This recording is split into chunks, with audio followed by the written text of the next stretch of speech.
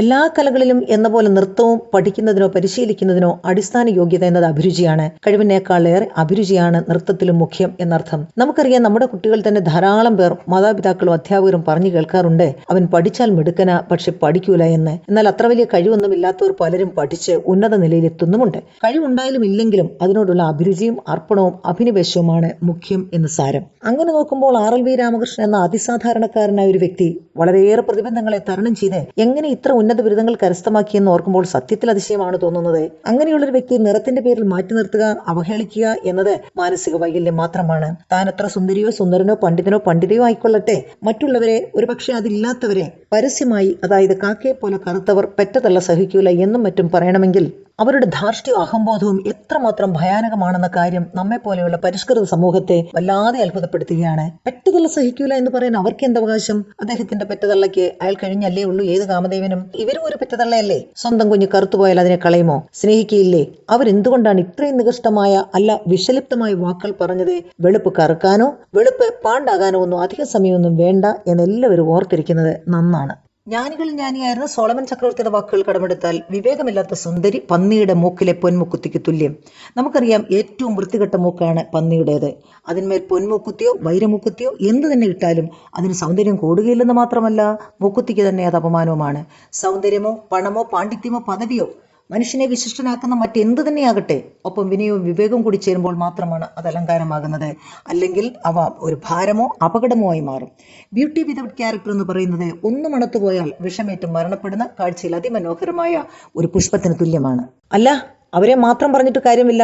മക്കളിൽ കറുത്ത കുഞ്ഞുങ്ങളോട് വെറുപ്പും വേർകൃത്യവും പുലർത്തുന്ന മാതാപിതാക്കൾ ചുരുക്കമായെങ്കിലും ഇല്ലാതില്ല. സ്വന്തം കഴിവില്ലായ്മ കൊണ്ട്, അർഹതയില്ലായ്മ കൊണ്ട്, സാമ്പത്തിക ദുസ്ഥിതി കൊണ്ട് പെണ്ണ് കിട്ടാതെ നടന്ന ചില കോന്തന്മാർ അവസാനം ഇനി ഏതെങ്കിലും ഒന്ന് കെട്ടി അടങ്ങൂ, കാർത്തതെങ്കിൽ കാർത്തത് പെണ്ണായിരിക്കണം അത്ര തന്നെ എന്ന് പറഞ്ഞുകൊണ്ട് എവിടെയെങ്കിലും ചെന്നൊരു പെണ്ണ് കെട്ടും. പക്ഷെ ഈ കോന്തന്റെ വെളുപ്പിന് ദശലക്ഷങ്ങൾ കൊടുത്ത് വിലയ്ക്ക് വാങ്ങുന്ന ചിലർ പിന്നീട് അതോർത്ത് മരണം വരെ ദുഃഖിക്കേണ്ടി വരുന്നതായും കണ്ടിട്ടുണ്ട്. കാരണം അവന് പെണ്ണിനോടും അവളുടെ നിറത്തോടും അവജ്ഞയും വെറുപ്പുമാണ്. അത് അടുക്കളയിൽ തുടങ്ങി കിടപ്പറയിൽ വളർന്ന് പൊതുയിടങ്ങളിൽ പ്രകടമാവും. പെൺകുട്ടികളെ, നിങ്ങളോട് പറയാനുള്ളത്, ഒരു തൊലിയന്റെ തൊലിനിറത്തിന് മുൻപിൽ പണയപ്പെടുത്താനുള്ളതല്ല നിങ്ങളുടെ അഭിമാനവും വ്യക്തിത്വവും ജീവിതം തന്നെയും.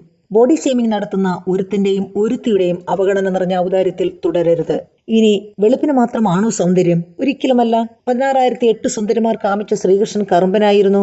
അതീവ സുന്ദരിയായിരുന്ന സീതാദേവി ഭരണമാല്യം അർപ്പിച്ചത് കാർമേഘവർണ്ണനായ ശ്രീരാമചന്ദ്രന്റെ കണ്ടത്തിലാണ്. വെളുത്തവളെന്ന അർത്ഥം വരുന്ന ഗൗരി എന്ന പാർവതി കൊടും തപസ് അനുഷ്ഠിച്ച് സ്വന്തമാക്കിയതാകട്ടെ കാരിക്കറുമ്പനായ പരമശിവനെയും. അതേ, ആണുങ്ങൾ അല്പം കറുത്തിരുന്നാൽ കുഴപ്പമൊന്നുമില്ല, അല്ല കറുത്തിരിക്കുന്നതാണ് നല്ലത് എന്നും പറയുന്നവരുണ്ട്. പക്ഷെ അവർ പോലും പറയും, പെണ്ണിന് എന്തൊക്കെയായാലും വെളുത്ത നിറമുണ്ടായിരിക്കണം. എന്നാൽ കേട്ടോ, നൂറുകണക്കിന് യുവരാജാക്കന്മാർ സ്വന്തമാക്കാൻ മോഹിച്ച് മത്സരത്തിനെത്തിയ പാഞ്ചാലി കറുത്തവളെന്ന അർത്ഥമുള്ള കൃഷ്ണയായിരുന്നു. അതൊക്കെ പുരാണം. എന്നാൽ കാണുന്നവന്റെ കരളിൽ ചൂണ്ടുകൊളുത്തി വലിക്കും വിധം ജ്വലിക്കുന്ന സൗന്ദര്യത്തിടമ്പ് ഭാനുപ്രിയ കറുത്ത പെണ്ണാണ്. 1ഉം 2ഉം ദശകത്തിന് മുൻപ് തെന്നിന്ത്യൻ യുവാക്കളുടെ ഉറക്കം കെടുത്തിയിരുന്ന മാതകറാണി സിൽക്ക് സ്മിതയും കറുത്ത പെണ്ണായിരുന്നു അത്രേ. ലോകസുന്ദരിപ്പട്ടം 6 തവണയാണ് കറുപ്പിനെ തേടിയെത്തിയതെങ്കിൽ വിശ്വസുന്ദരി കിരീടം 7 തവണയും. 1970, 79, 86, 93, 2001, 2019 ലോകസുന്ദരി കിരീടമണിയാൻ ഭാഗ്യമുണ്ടായത് ബ്ലാക്ക് ബ്യൂട്ടികൾക്കാണ്. പറഞ്ഞു വന്നത്, എത്ര കാണാനഴകുള്ള മാണിക്യക്കുയിലുകൾ ചരിത്രത്താളുകളിൽ ഇടം പിടിച്ചിട്ടുണ്ട്. നിത്യജീവിതത്തിൽ നാം കണ്ടുമുട്ടുന്ന എത്ര കറുത്തവർ ആണും പെണ്ണുമായി അഴകുള്ളവരുണ്ട്.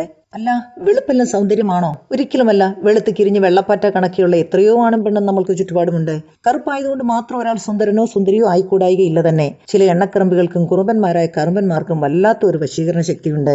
അല്പ ഇരുണ്ട ചുള്ളന്മാരാണ് പലപ്പോഴും പെൺകുട്ടികൾക്കിടയിൽ താരങ്ങൾ. TDH, tall, dark and handsome എന്ന് പറയും. ഇപ്പറഞ്ഞവയ്ക്ക് പുറമെ കറുത്ത തൊലിക്ക് ആരോഗ്യപരമായി ഒരുപാട് ഗുണങ്ങളുമുണ്ട്. അൾട്രാവയലറ്റ് പോലെയുള്ള മാരകരശ്മികളെ പ്രതിരോധിക്കാനും മെലനോമ പോലെയുള്ള സ്കിൻ ക്യാൻസറിനെ തടയാനും കഴിയുന്നു എന്ന് ശാസ്ത്രലോകം സാക്ഷ്യപ്പെടുത്തുന്നു. പ്രായാധിക്യം മൂലമുണ്ടാകുന്ന ചുളിവുകളെ തടഞ്ഞു നിർത്താനും കഴിയുന്നുണ്ട് പോലും ബ്ലാക്ക് സ്കിന്നിന്.